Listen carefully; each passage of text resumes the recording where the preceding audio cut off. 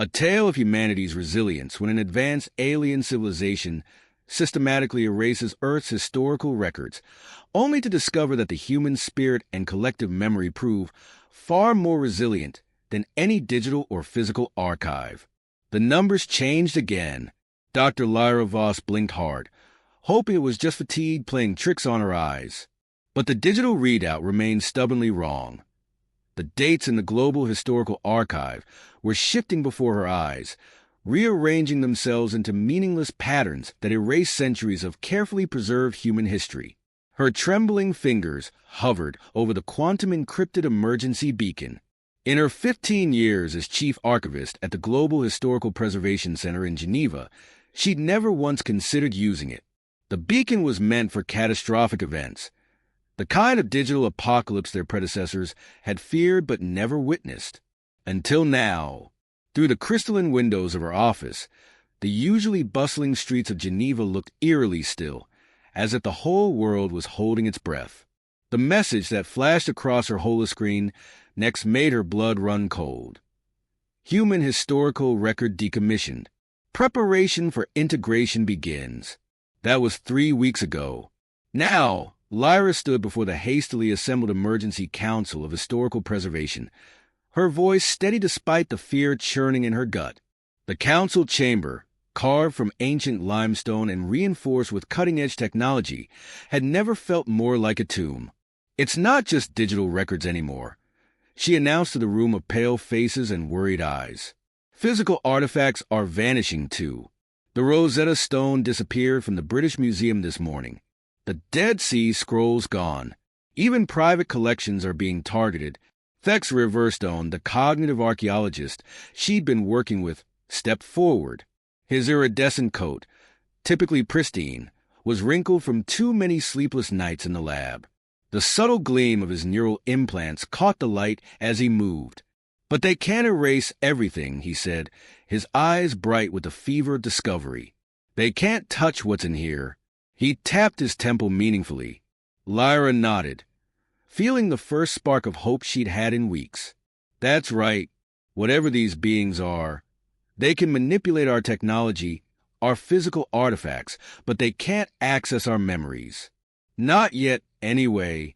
The room erupted in whispers, but Lyra barely heard them.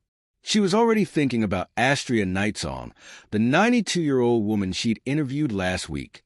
Astria, whose perfect recall could reconstruct entire chapters of lost books, whose mind held the unbroken chain of her family's oral histories going back 5 generations. "We need to act now," Lyra continued, silencing the murmurs. "Every minute we wait, more of our history vanishes.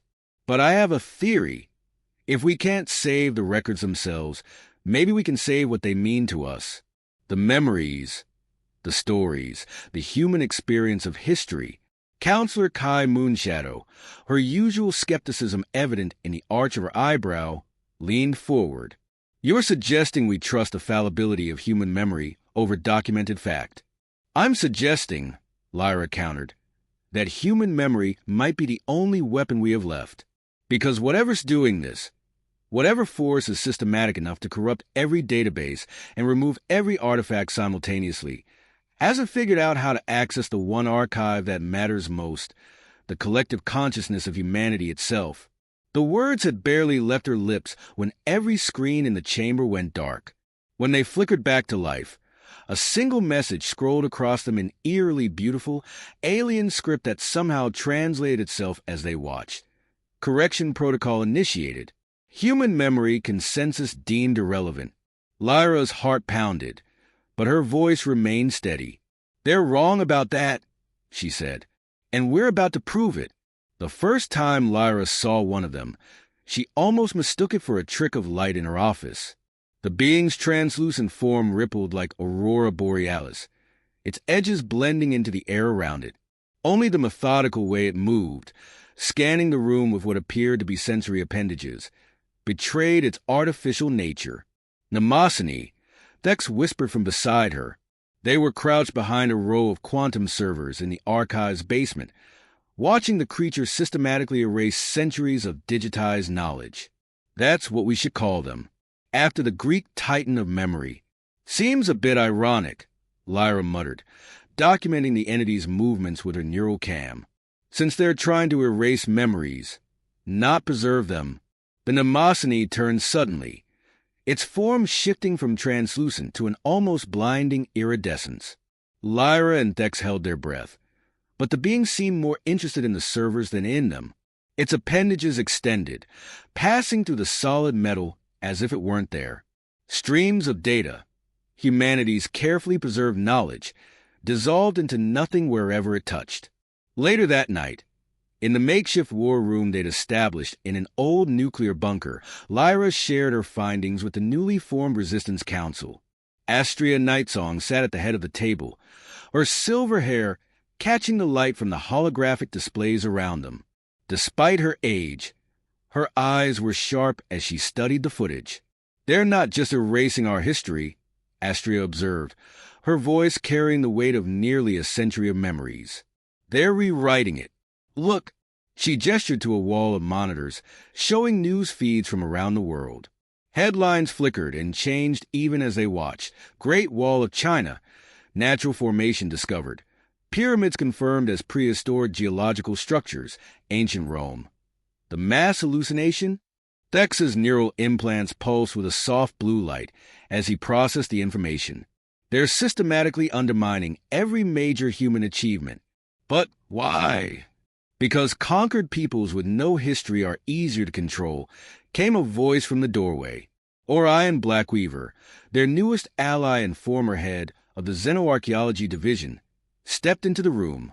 Their dark skin was marked with luminescent tattoos, a map of ancient trade routes that might now be humanity's only record of their existence. "We're not conquered yet," Lyra said firmly, pulling up a holographic map of reported Mnemosyne sightings. Red dots flickered across every continent, clustering around museums, libraries, and historical sites.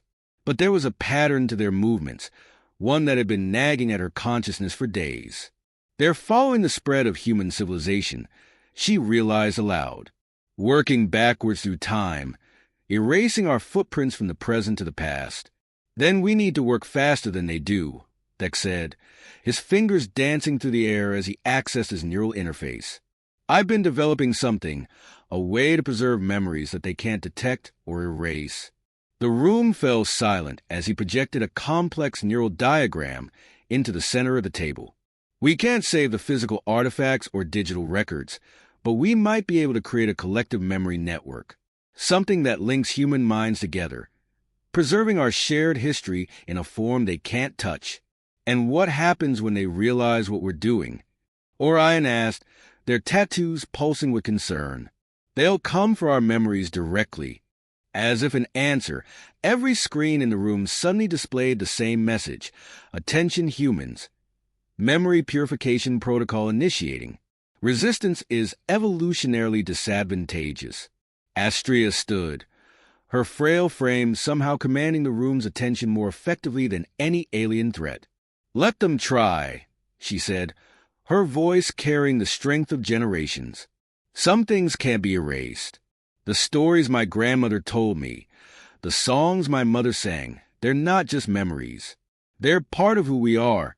Lyra looked around the room at her unlikely allies, a cognitive archaeologist with experimental neural tech, an ancient storyteller with perfect recall, a xenoarchaeologist who had turned their body into a living historical record. They were the last line of defense against the systematic erasure of human history. "Then we better make sure those stories survive," she said, reaching for her neural interface. "Because right now, memory isn't just about preserving the past. It's about saving our future." Astria Nightsong's living room had become the heart of the resistance. Where once family photos had lined the walls, now crystalline memory matrices hummed with stored consciousness.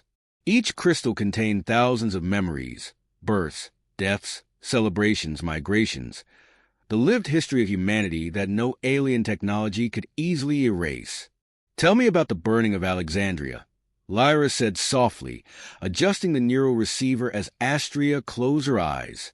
The old woman's memories, passed down through generations of oral historians, began flowing into the crystal matrix.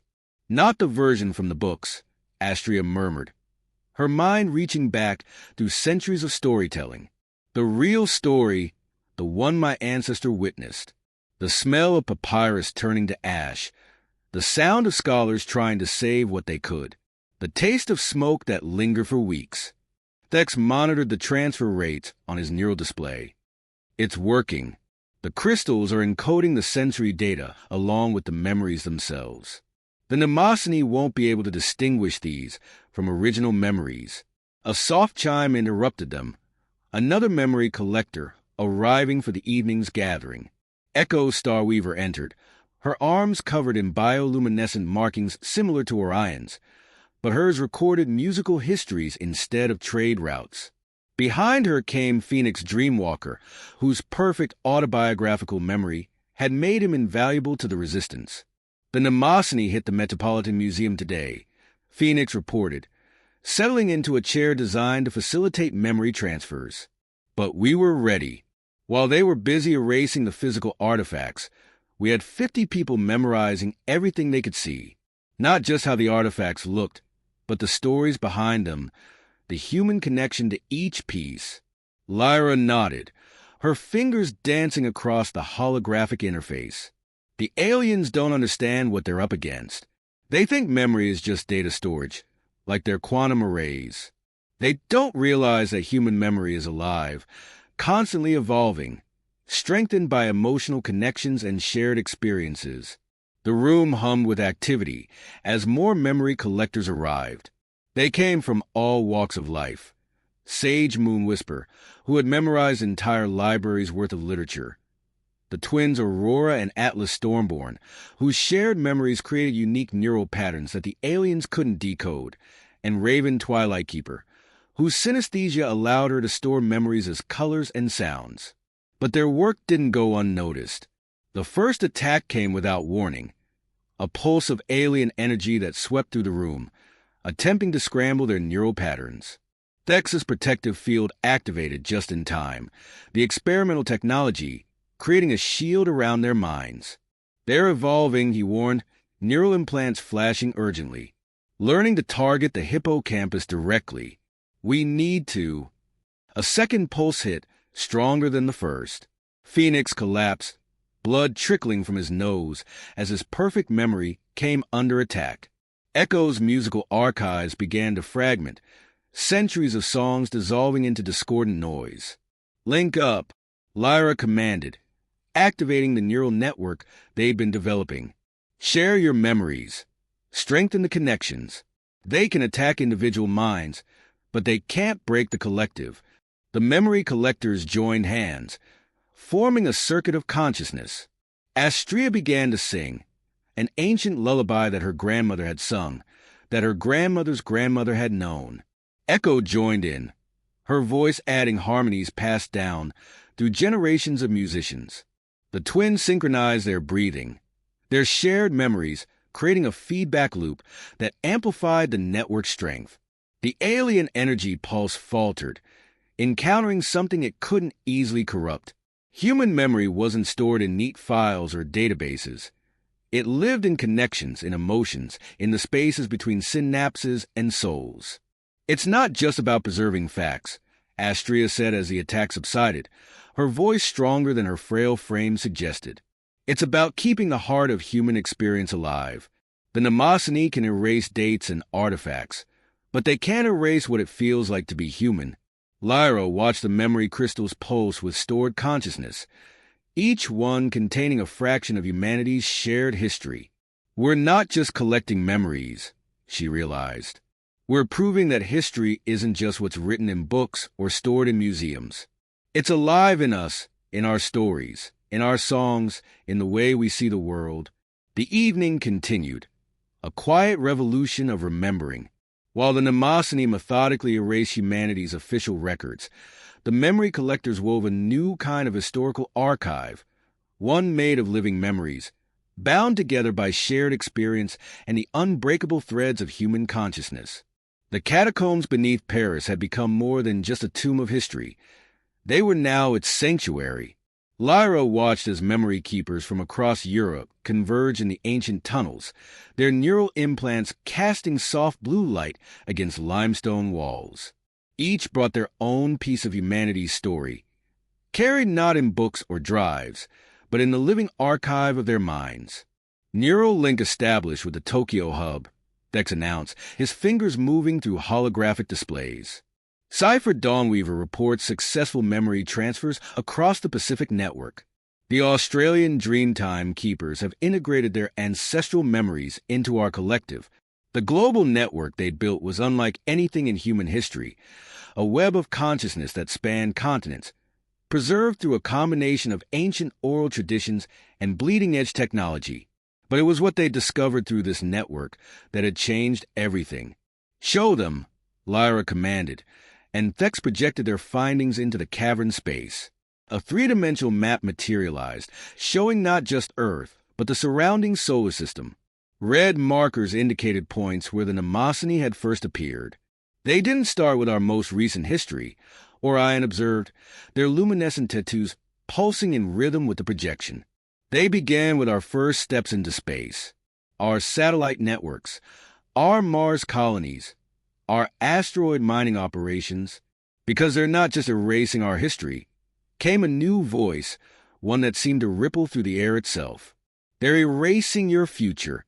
The memory keepers turned as one, neural weapons charging. From the shadows emerged a figure unlike the other Mnemosyne, its form more defined, almost solid, with patterns of light that seemed to mirror human neural pathways. "I am ZYX-427, the being announced. And I am what you might call a defector." Lyra stepped forward, placing herself between the alien and her people. "Why should we trust you?" "Because I've accessed your memories," ZYX-427 replied, its form shifting to display fragments of human history like a living screen. "Not to erase them, but to understand them. And what I've learned has made me question everything about our mission."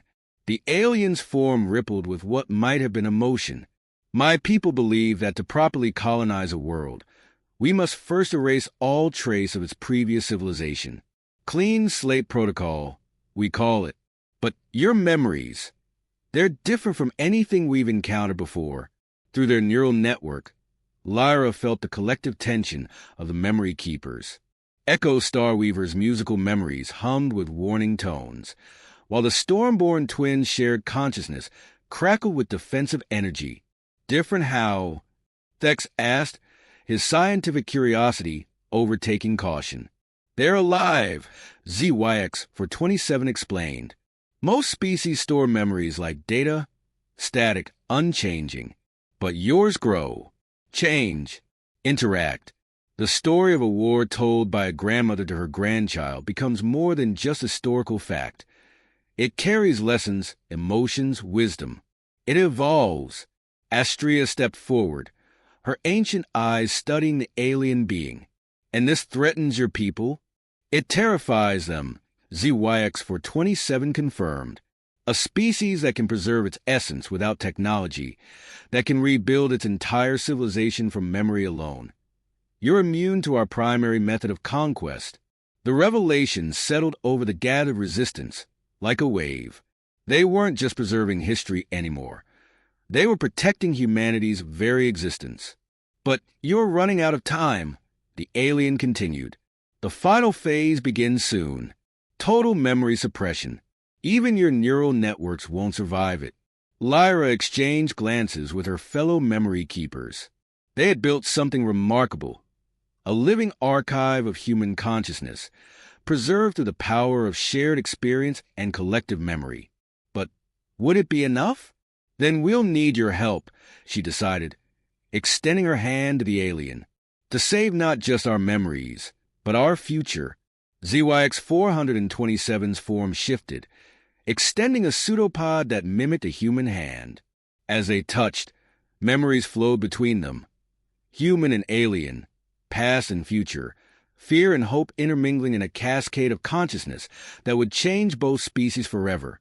In the heart of humanity's last stronghold, deep beneath the streets of Geneva, Astrea Nightsong began to tell a story. Her voice, strengthened by the neural amplifiers Thex had designed, reached through the global memory network to touch millions of minds simultaneously.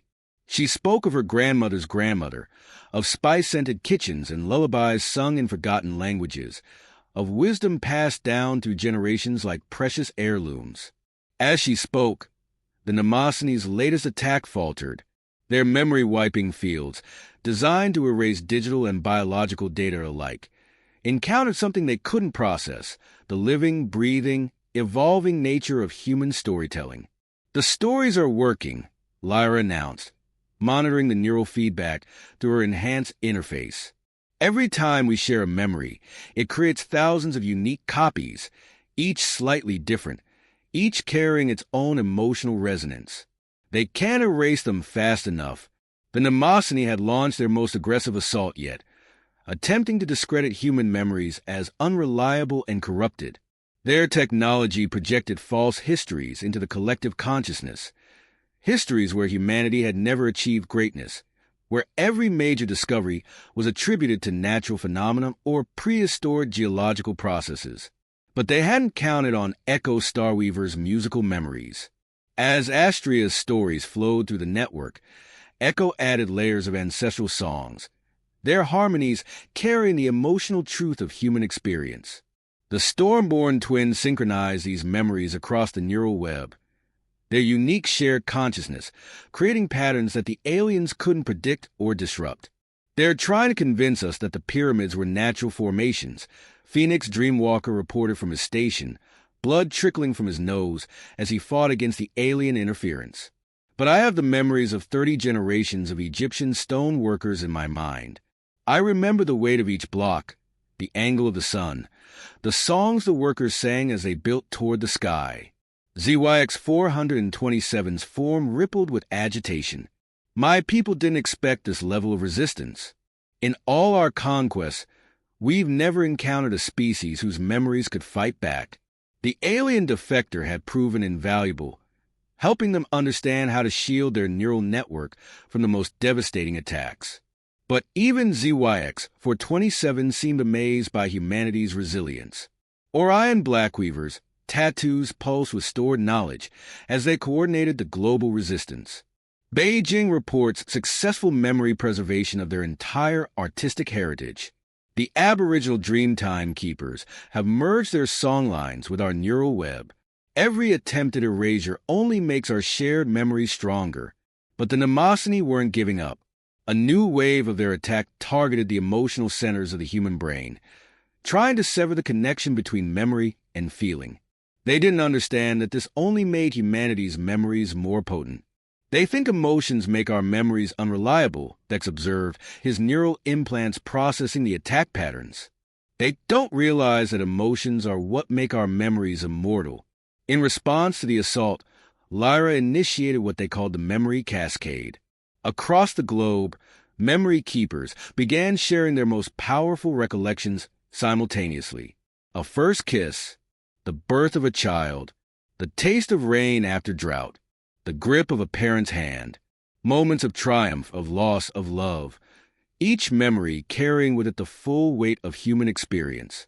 The neural network lit up like a constellation, each point of light representing a memory being shared, protected, multiplied. The Mnemosyne's attempts to erase these memories were like trying to catch starlight with a net. The more they tried to grasp them, the more they slipped through their grasp. "We're not just preserving history," Lyra realized, watching the cascade of consciousness flow through their network. "We're proving that human memory isn't just a record of the past. It's a living, growing thing. Each time we remember, we recreate. Each time we share, we multiply. They can't erase us because we never stay the same." As if in response to this revelation, the Mnemosyne launched their most desperate attack yet, a massive pulse of energy designed to sever all neural connections globally. But they were too late. The Memory Cascade had already created something new, something unprecedented in human history, a collective consciousness that was more than the sum of its parts, a living archive of human experience that could never be erased. The Mnemosyne collective manifested in the neural nexus as a storm of light and consciousness. their combined form towering over the human resistance. At their center, the prime consciousness pulsed with cold, analytical purpose. Lyra stood before them, her neural interface humming with the combined memories of billions of humans, their stories and songs and dreams flowing through her like a river of living light. "Your species defies logical parameters," the prime consciousness announced, its thoughts reverberating through the quantum space. "You preserve what should be erased. You strengthen what should decay. You must be reset to ensure successful integration." ZYX 427 moved to stand beside Lyra, its form now a bridge between two species' ways of thinking. "They don't understand, Prime One. I've experienced their memories. They're not just data to be deleted or overwritten. They're alive." The memory keepers formed a circle around Lyra, Astrea Nightsong with her generations of stored wisdom, Echo Starweaver carrying centuries of songs in her consciousness, the Stormborn twins amplifying the neural network's power. Thex monitored the quantum field from his station, ensuring their collective consciousness remained stable. "Let me show you," Lyra said, and before the prime consciousness could react, she opened her mind completely. Through her neural interface flowed not just individual memories, but the entire tapestry of human experience. Birth and death, triumph and failure, love and loss, all interconnected, all alive with meaning and purpose. The prime consciousness recoiled as the flood of human memory crashed against its ordered systems. "This is chaos," it declared, inefficient, corrupted by emotion and interpretation. "No," Lyra countered, drawing on the strength of every memory keeper in the network. "This is evolution. Every time we remember, we recreate. Every time we share, we grow. Our memories aren't perfect recordings. They're living things that change and adapt. That's not a weakness. It's how we survive." Through their neural link, ZYX 427 amplified her message, translating human experience into terms a collective could understand. The Mnemosyne witnessed millennia of human resilience, of stories outliving empires, of songs surviving centuries of silence, of wisdom passing unbroken through generations of storytellers. "We cannot erase what continuously recreates itself," ZYX 427 explained to its people. "Every attempt to delete their history only makes it stronger, more diverse, more resilient." In that moment of understanding, the prime consciousness faced an impossible choice: continue a futile attempt to erase humanity's living memory, or accept that they had encountered something beyond their power to control. The storm of light that was the collective began to fade. "This world," the prime consciousness declared, "is unsuitable for integration. The human pattern will be preserved." As the alien presence withdrew, Lyra turned to her fellow memory keepers, their neural network alive with shared triumph. They had proved that humanity's greatest strength lay not in their technology or their weapons, but in their ability to remember, to share, to keep their history alive through the ever-evolving power of collective memory. 1 year after the Mnemosyne departed Earth, the Global Historical Preservation Center had transformed. Where once stood sterile archives of digital data, now memory crystals pulse with living history. The neural network that had saved humanity became the foundation for a new way of preserving their past, one that valued the storyteller as much as the story. Astrea Nightsong's legacy lived on through a worldwide program of memory keepers, where elders shared their stories with young apprentices through a combination of traditional oral history and neural interface technology.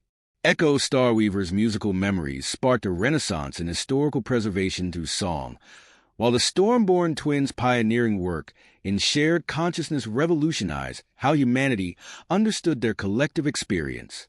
In the quantum-enhanced chambers beneath Geneva, Lyra and Thex worked alongside ZYX 427, who had chosen to remain on Earth as an ambassador of its species. Together, they developed new technologies that bridge the gap between alien efficiency and human creativity, between perfect recall and living memory. "We thought we were fighting to preserve our history," Lyra remarked one evening, watching neural tendrils of shared memories dance across the crystal arrays. "But we ended up changing our future instead. The Mnemosyne had tried to erase humanity's past, but in doing so, they had forced humans to discover something far more precious: the living, breathing, ever-evolving nature of their shared consciousness. Every story told, every memory shared, every experience preserved now carried within it the seeds of humanity's greatest triumph. The discovery that their history wasn't just a record of what had been, but a continuously unfolding story of what they might become.